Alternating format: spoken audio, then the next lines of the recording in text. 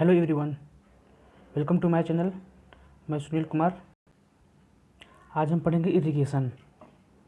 जैसा कि आप लोग जानते हैं कि लॉकडाउन चल रहा है, जिसकी वजह से सभी लोग घर पे ही हैं और क्लासेस सस्पेंडेड हैं। तो इस तरीके से पढ़ना पड़ेगा कि आप लोग एग्ज़ाम भी अच्छा कर पाएँ और सिलेबस भी पूरा हो जाए इधर। तो उसके लिए ऑनलाइन करना पड़ेगा, ऑनलाइन स्टडी। तो हम देखेंगे इरिगेशन, ये फर्स्ट लेक्चर है। तो लेक्चर शुरू करने से पहले कुछ बात करते हैं कैसे आप पढ़ेंगे इसको, जो कि एकदम इफ़ेक्टिव रहे, आपका टाइम ना ख़राब हो, आप इससे पढ़ पाएँ सही तरीके से। क्या इसका मेथड है पढ़ने का, कैसे इसको पढ़ेंगे आप। तो ये वीडियो बना रहेगा, इसको आप देखिए, स्क्रीनशॉट लीजिए रिवीजन करने के लिए, और एक कॉपी और एक पेन अपने पास रखिए। मेन पॉइंट जो हो उसको नोट करते चलें। इससे क्या होगा कि आप जब रिवीजन करेंगे तो उससे आसानी रहेगी। और हम इसका PDF भी प्रोवाइड कर देंगे। PDF हिंदी लैंग्वेज में भी रहेगा, इंग्लिश में भी रहेगा, दोनों लैंग्वेज में रहेगा। किसी को कोई दिक्कत नहीं होना चाहिए, समझ में आ जाएगा। और इसमें किसी को कोई दिक्कत हो रही है, नहीं समझ पा रहे हैं, उसको आप कमेंट बॉक्स में कमेंट करिए, पूछिए, कोई भी डाउट हो पूछिए उसको, वो क्लियर किया जाएगा। और नोट्स बनाना ज़रूरी है, शॉर्ट नोट्स टाइप में आप इसे बनाते रहिए। और ये अगर आपको अच्छा लगे वीडियो तो अपने फ्रेंड्स में शेयर करिए, लोगों को बताइए, वो भी अपना पढ़ लें। और अच्छा लगे वीडियो तो लाइक करिए, शेयर करिए, सब्सक्राइब करिए। यही आपको 3 काम करना है। इसके बाद बस पढ़ना है, ठीक है। उसके बाद अपनी क्वेरी को ज़रूर आस्क करिए, कहाँ से, कमेंट बॉक्स में लिख के। उसके बाद अगर और हम बात करें तो जो आपका सिलेबस है उसी के अकॉर्डिंग सब चलेगा। जो बोर्ड का सिलेबस है उसी के अकॉर्डिंग चलेगा, एक्स्ट्रा कुछ नहीं चलेगा, ना कम कुछ चलेगा। आप एग्ज़ाम में अच्छा कर पाएँ, ये मेन एम रहेगा। इस लेक्चर का मेन एम यही रहेगा कि आप एग्ज़ाम में कैसे कर पाएंगे, बस एग्ज़ाम फोकस रहेगा। इससे टाइम भी कम है तो इसलिए ज़्यादा ऐसा नहीं किया जाएगा कि आप बोर हों या फिर लेंदी जाए, ऐसा नहीं। जो आपके एग्ज़ाम में इम्पोर्टेंट है वही चलेगा। यहाँ पे इम्पोर्टेंट टाइप में एग्ज़ाम के हिसाब से फोकस किया जाएगा इम्पोर्टेंट टॉपिक पे। और अगर जैसे कि किसी और कोई सब्जेक्ट आप चाह रहे हैं तो उसका वीडियो बन जाएगा, उसका मटेरियल हम प्रोवाइड कर देंगे। PDF में चाहिए PDF में, वीडियो में चाहिए वीडियो में, जैसे भी आपको चाहिए वो प्रोवाइड कर दिया जाएगा। अच्छा, मान लीजिए किसी का बैक है, किसी दूसरे ईयर का है, मान लीजिए किसी और साल का, किसी दूसरे सेमेस्टर का बैक लगा हुआ है आपका, उसको भी देना है। तो उसके लिए आप निश्चिंत होकर बताइए कि इस सब्जेक्ट का हमको मटेरियल चाहिए, तो आपको प्रोवाइड किया जाएगा। बैक है तो इसके लिए ये न सोचे कि ये जान जाएंगे, वो जान जाएंगे, क्या कर लेंगे, जान जाएंगे। बैक लगा हुआ है तो उससे क्या फ़र्क पड़ रहा है, नहीं जान रहे हैं तो दूसरे से कोई मतलब ही नहीं रहता है इन सब चीज़ों में। आप उसको पढ़ के निकल ले जाइए, यही अच्छी बात होती है। लास्ट ईयर तक एक भी बैक नहीं होना चाहिए। फ्रेश रिजल्ट लेकर जाइए, जॉब करिए, तैयारी करिए, जो भी करना है उसको आगे करिए आप, ठीक है।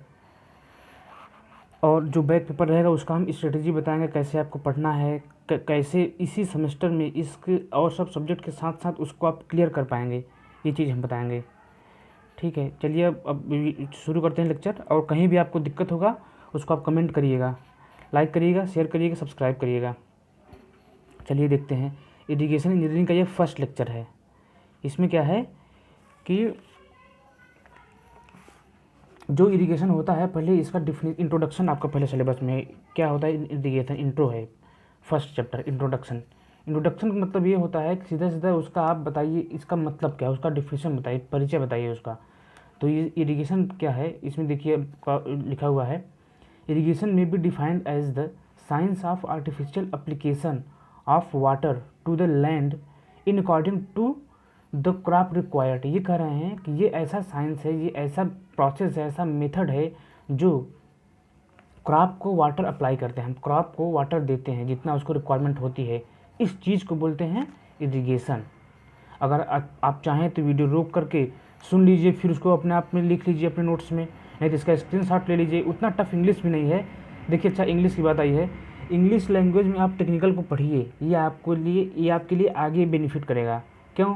तो आगे जो आप तैयारी फील्ड में जाएंगे, BTech करने जाएंगे, तो आपको इंग्लिश ही प्रेफरेंस करना पड़ेगा। बीटेक वगैरह करेंगे तब तो इंग्लिश रहेगा ही। तैयारी फील्ड में जाएंगे तो मैक्सिमम आपको जो मटेरियल वगैरह अवेलेबल हैं, कोचिंग इंस्टीट्यूट अवेलेबल हैं जो अच्छी क्वालिटी की हैं, जो सही हैं, वो इंग्लिश में ही सब अवेलेबल रहती हैं। तो इसलिए आप इंग्लिश को अभी से फोकस करिए, बहुत टफ नहीं है, बहुत ईजी है, बस आप ट्राई करिए। इसलिए आप टेंशन मत लीजिएगा कि इंग्लिश है कैसा है। हालांकि सेमेस्टर के लिए आप हिंदी में लिखिए, अगर आप अभी तक लिखते आए हैं तो हम हिंदी में मटेरियल प्रोवाइड कर देंगे। इसमें देखिए कह रहे हैं कि ऐसा मेथड, ऐसा प्रोसेस, हम ऐसे प्रोसेस को इरिगेशन कहते हैं जब हम क्रॉप को वाटर देते हैं, पानी देते हैं। और इसमें क्या होता है कि productivity of crops is expressed as crop yield per mm में, पर एमएम इसकी प्रोडक्टिविटी हम मेजर करते हैं, ये है। अच्छा, इरिगेशन के कुछ फ़ायदे होते हैं, कुछ नुकसान होते हैं। तो फ़ायदे ज़्यादा होंगे, नुकसान कम होंगे। तो एडवांटेज ऑफ इरिगेशन मतलब कुछ के बेनिफिट है, क्या फ़ायदे हैं, एडवांटेज हम देखते हैं।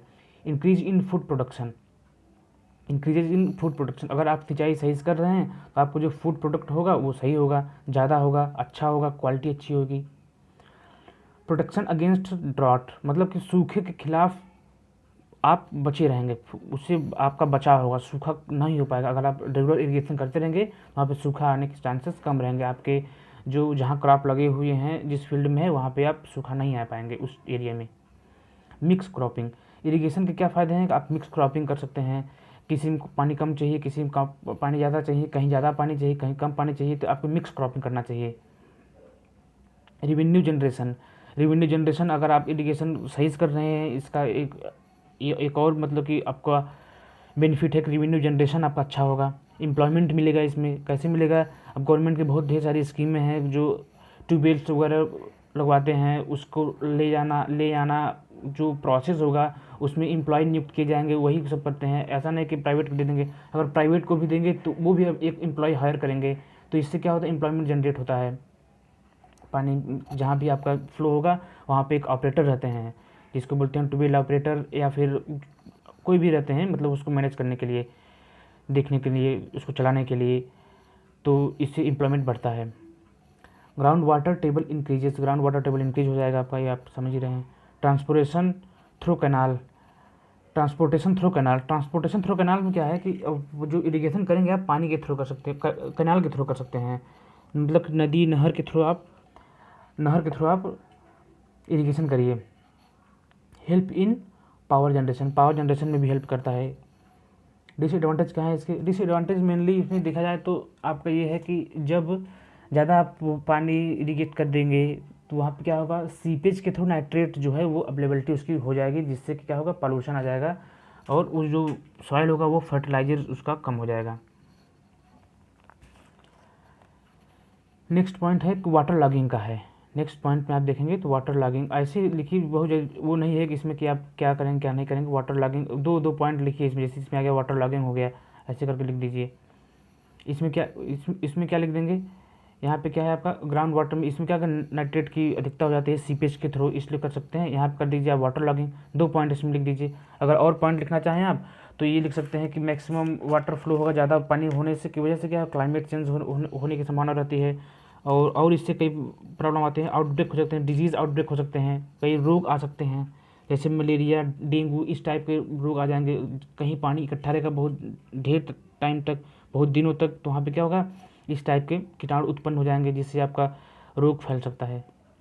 ये है types of irrigation project. Irrigation project को 3 टाइप्स में कैटेगराइज किया गया है। एक मेजर, मीडियम, माइनर। मेजर में क्या होता है, इरिगेशन पोटेंशियल जो होगी वो 10,000 हेक्टेयर से ज़्यादा होगी। ऐसे प्रोजेक्ट की इरिगेशन पोटेंशियल जो 10,000 हेक्टेयर से ज़्यादा होगी उसे हम मेजर में रखेंगे, और इसकी कास्ट जो आएगी वो 5 करोड़ के ऊपर होनी चाहिए। मीडियम में 2,000 से 10,000 हेक्टेयर तक होना चाहिए इरिगेशनल पोटेंशियल, और इसका कास्ट होगा 0.5 to 5 करोड़ तक। अब माइनर इरिगेशन प्रोजेक्ट जो होते हैं वो 2,000 से कम हेक्टेयर वाले एरिया में रहते हैं, एरिया के लिए किए जाते हैं, और कास्ट इसका होता है 0.25 to 0.5 crore. Type of generation, type of irrigation में थोड़ा सा नोट्स वैसे है, बहुत पुराना है और कोचिंग इंस्टीट्यूट हमको मिला है, तो इसलिए इसमें थोड़ा सा प्रॉब्लम हो रही है। तो यहाँ पे हम देखेंगे टाइप्स ऑफ इरिगेशन, ये है types of irrigation. Types of irrigation क्या है, सरफेस इरिगेशन और सब सरफेस इरिगेशन। सरफेस इरिगेशन, सब सरफेस इरिगेशन। सरफेस इरिगेशन में क्या होता है, जब आप वाटर को ऐसे प्रोवाइड करिए कि वो डायरेक्ट सॉइल पे जाए। सॉइल मतलब आप मिट्टी पे जब पानी प्रोवाइड करते हैं, उसके थ्रू आपके किसी पौधे में जाता है पानी, तो उसे बोलते हैं सरफेस इरिगेशन। जैसे इसमें लिखा है, in this method of irrigation water directly wets the soil surface. Water आप डायरेक्टली किस में देते हैं, सॉइल सरफेस में, मतलब मिट्टी पे देते हैं, और उस मिट्टी के थ्रू वो सीपेज होके, पर्कुलेशन होके, उस मिट्टी के थ्रू वो पानी पहुंच रहा है उसके रूट में, पौधों के रूट में, इसे बोलते हैं सरफेस। सब सरफेस क्या होता है, ये डायरेक्ट रूट जोन में प्रोवाइड करते हैं, अभी आगे देखेंगे वो सब सरफेस डायरेक्ट रूट जोन में प्रोवाइड करते हैं।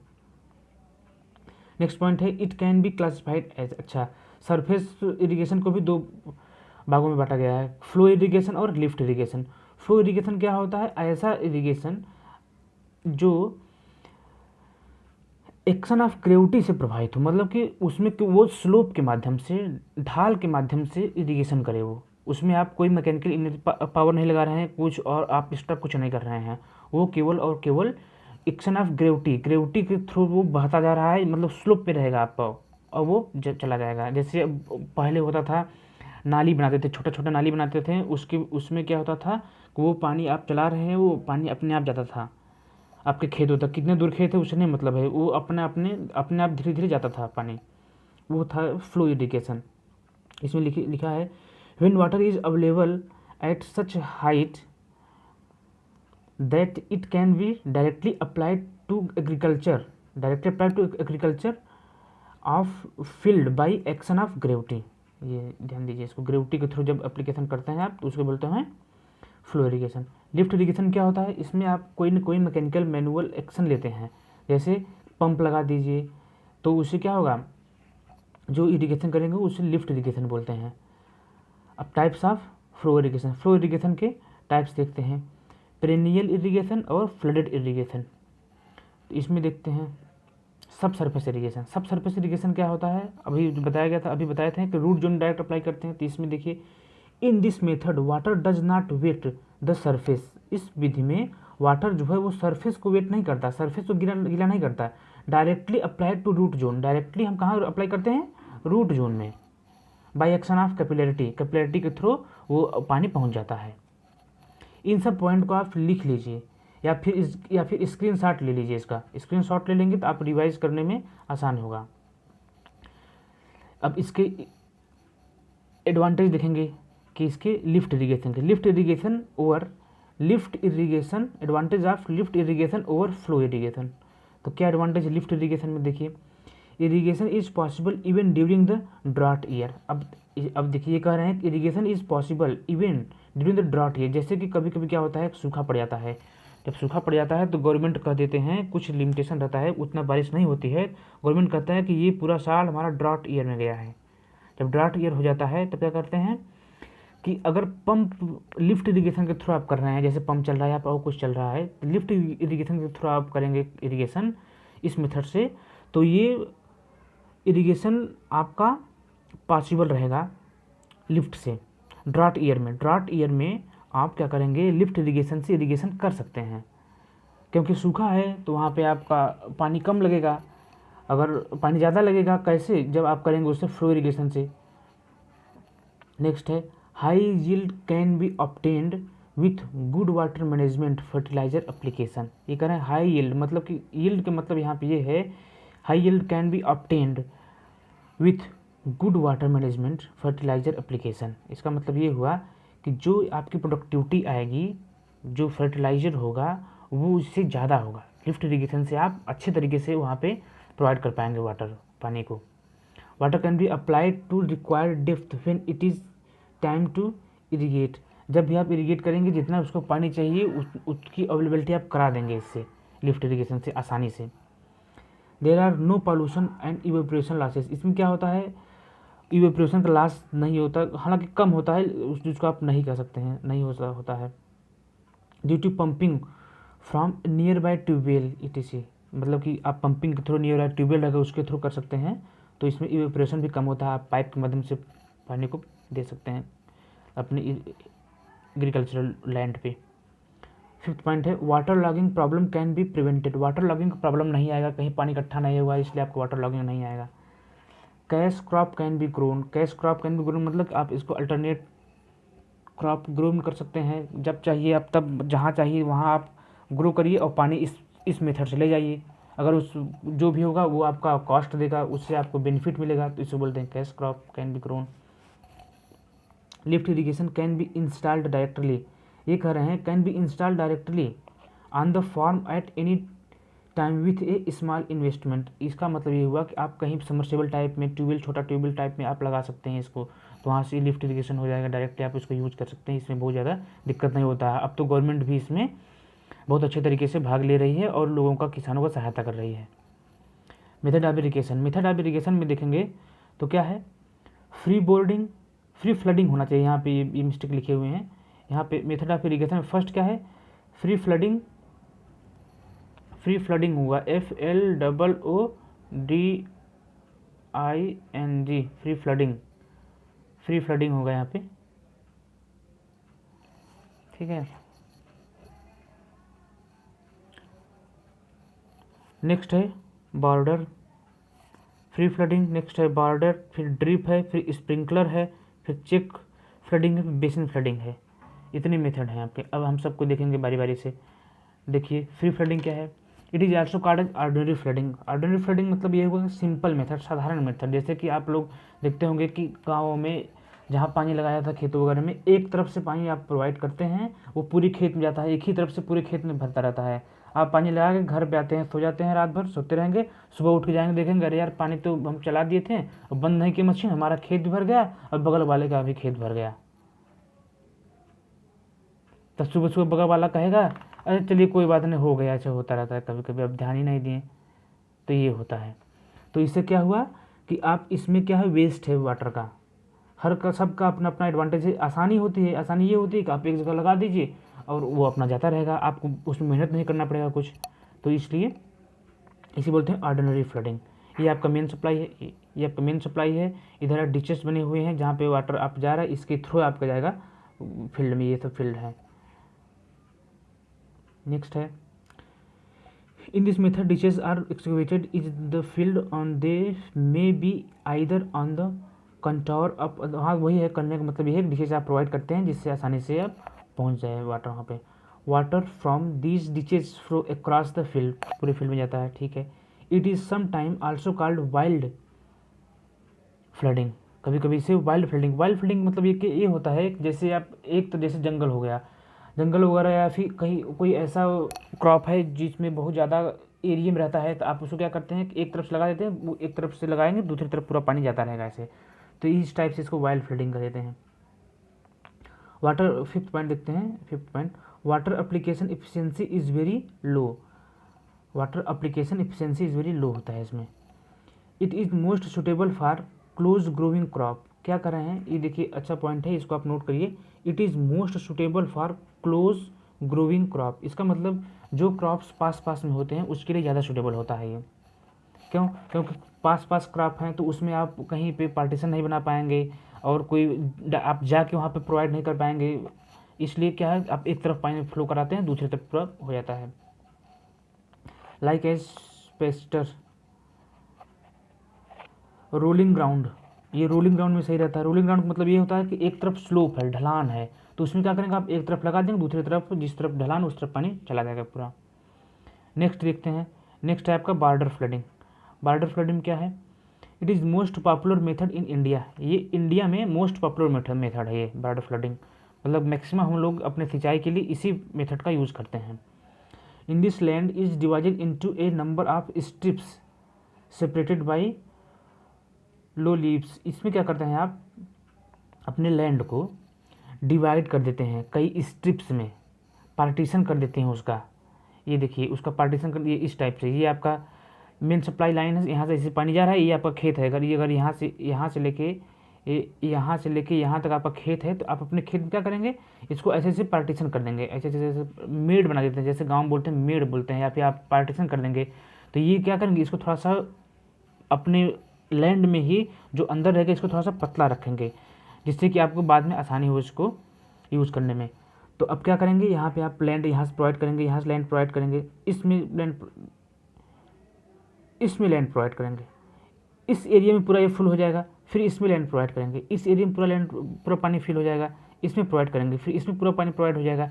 तो कम टाइम में वेस्टेज ऑफ कम होगा वाटर का, उसमें ये पूरा आपका प्रोवाइड करके इसको जल्दी से आप कम टाइम में भी इसको जल्दी से आप इरिगेशन कर सकते हैं। तो ये इसका एडवांटेज है। टू प्रिवेंट, जैसे देखिए इसमें लिखा है to prevent water from concentrating on either side of border land should be levelled perpendicular to the flow. इसमें क्या करेंगे आप कि ये जो है इसको आप अच्छे से ऐसे बनाते हैं कि एक लाइन में रहे। अगर मान लीजिए अगर इस चीज़ को आप, अगर ये बड़ा चीज़ आपका ऐसे रहेगा, मान लीजिए ऐसे बना देंगे, तो क्या करेगा ये, यहाँ पे पानी जल्दी फिल हो जाएगा, जल्दी भर जाएगा, ये ओवरफ्लो करने लगेगा। इसलिए आप क्या करते हैं, परपेंडिकुलर बनाते हैं, ऐसे बनाते हैं परपेंडिकुलर पूरा।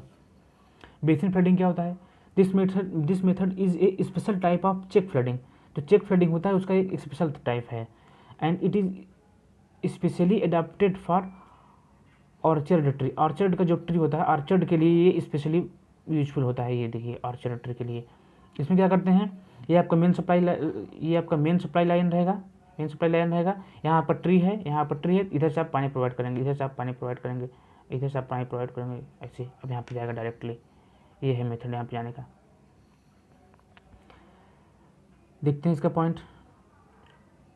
कह रहे हैं one or more tree generally placed in the basin and surface as flooded as check method।